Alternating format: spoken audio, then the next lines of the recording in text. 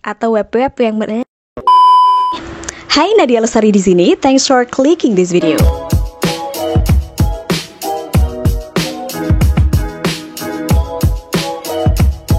Dan kalau teman-teman ngerasa kameraku kok nggak kayak biasanya karena ini pakai HP ya, kameraku lagi rusak.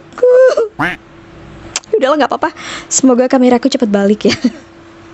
Servisannya mas, jangan lama-lama dong kalau nyervis. Malah ngomongin nyervis. Oke teman-teman, kali ini aku bakal bahas sesuatu yang penting banget yang sering dilupakan oleh teman-teman yang baru memulai karirnya di dunia voice over. Ini sebenarnya nggak hanya di dunia voice over aja sih, di semua bidang yang teman-teman geluti. Ini sangat penting. Jadi kalau ngomongin voice over, teman-teman, suara bagus aja nggak cukup. Skill VO yang mumpuni aja nggak cukup. Device atau peralatan yang memadai aja nggak cukup. Yang nggak kalah pentingnya dari itu semua, teman-teman, adalah kemampuan kalian untuk memasarkan suara kalian sendiri. Bagaimana kita menjual suara kita? How to market our voice. Ini pernah aku bahas di sini, how to market your voice. Nah, salah satu cara untuk memasarkan suara kita adalah dengan membangun personal branding yang kuat.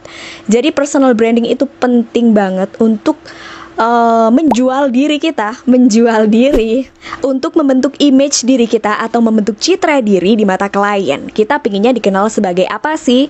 Sebelum klien itu bisa mampir ke profil kalian, tentu kalian harus membentuk citra diri dulu. Personal branding dulu.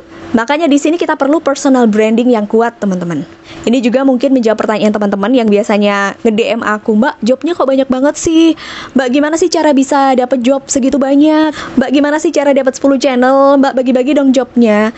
Teman-teman, aku bisa mendapatkan ya, bisa dibilang project yang mengalir setiap harinya ya dari personal branding yang kuat, teman-teman.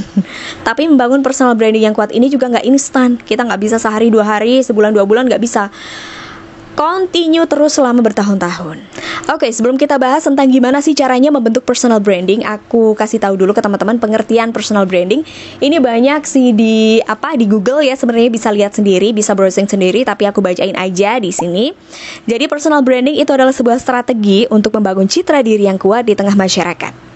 Personal branding dapat diartikan sebagai upaya seorang individu dalam mempromosikan atau memasarkan pengalaman, karir, dan juga dirinya sebagai merek. Apakah ingin dikenal sebagai seorang profesional di bidang yang kita geluti? Misalnya fotografi.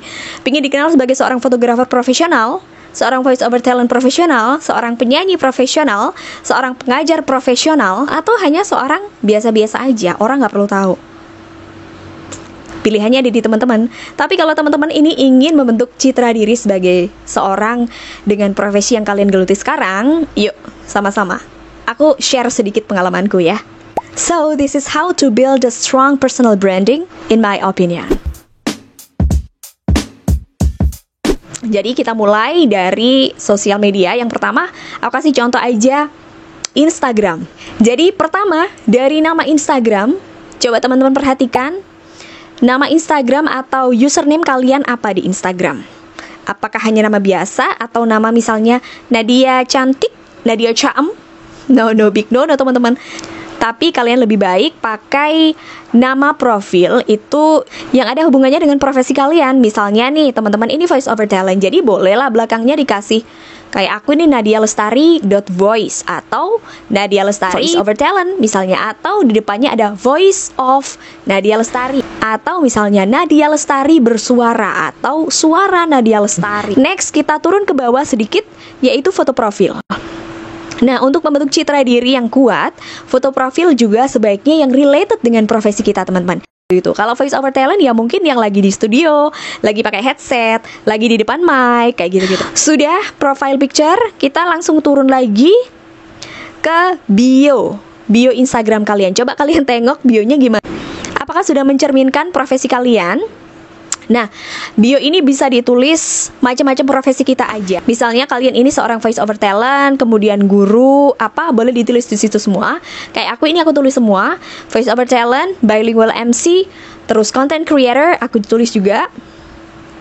Tapi di sini teman-teman bisa juga kalian menuliskan poin penting dalam diri kalian yang berhubungan dengan profesi itu. Jadi misalnya Kak, aku ini nulis jadi the voice behind 10 YouTube channels. Jadi suara di balik lebih dari 10 channel YouTube corporate, VO corporate, terus VO digital ads, kayak gitu-gitu. Kalau misalnya teman-teman ini seorang brand ambassador atau seorang Gus Yuk misalnya, bisa ditulis juga di situ ya, Gus Yuk Kota Surabaya misalnya, Cak Daning Kota Surabaya, atau winner of apa, pemenang lomba apa gitu, boleh award boleh ditulis teman-teman. Pokoknya yang berhubungan dengan profesi kalian, karena itu bakal jadi bahan pertimbangan klien ketika meng-hire kalian. Next, ke bawah lagi dikit, teman-teman, untuk mempermudah klien menghubungi kita, boleh teman-teman mencantumkan nomor WA kalian di situ.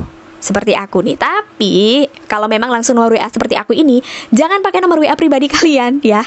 Jadi kalian harus punya 2 nomor WA, satu untuk kalian pribadi, satu untuk yang kayak gini, admin kayak gini, jadi fungsinya untuk menerima job-job aja.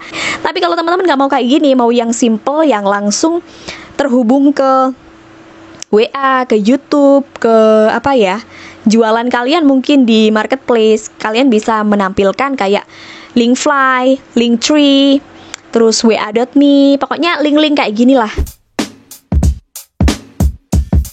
Terus next, banyak juga orang-orang yang membangun personal branding dengan menyendirikan akun sosial media. Jadi satu khusus untuk profesinya, untuk portfolio-portfolionya, satu untuk pribadi. Itu nggak apa-apa, teman-teman kalau mau seperti itu juga nggak apa-apa, menyendirikan jadi satu akun khusus untuk portfolio VO dan membranding kalian sebagai voice over talent. Satunya IG pribadi. Kalau IG pribadi kita bisa posting macam-macam, keluarga, makan, masak, bla bla sembarang, terserah. Tapi kalau IG portfolio suara kalian, VO kalian hanya posting tentang voice over aja. Terserah ya teman-teman, kalau nyamannya seperti itu nggak apa-apa. Tapi kalau aku sendiri, aku cuma punya satu akun ini aja, karena akun di HP ku udah banyak. Sudah terbiasa jadi Mbak Mimin beberapa akun gitu ya. Jadi akhirnya akunku satu aja, dan itu pun followernya udah banyak, jadi eman-eman sayang kalau nggak dimanfaatin untuk jualan. Jadi akhirnya IG pribadi dan IG jualanku aku jadiin satu di sini. Tapi memang aku tipenya itu bukan yang dikit-dikit posting tentang hal pribadi gitu, enggak. Pasti ada postingan tentang keluarga atau apa, cuman nggak sesering itu juga gitu loh.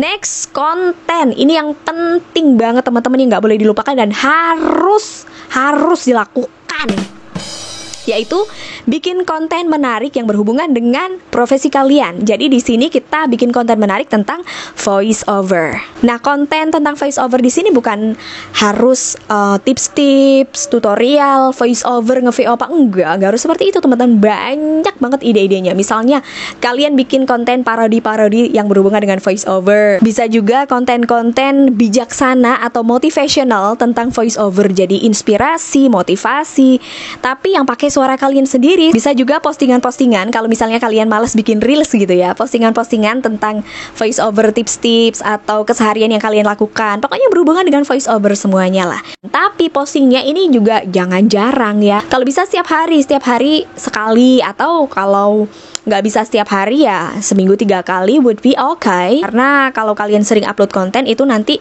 profil kalian akan bisa naik gitu, dan akan lebih sering disuggestkan sama Instagram ke pengguna-pengguna lain, ke user-user yang lain gitu.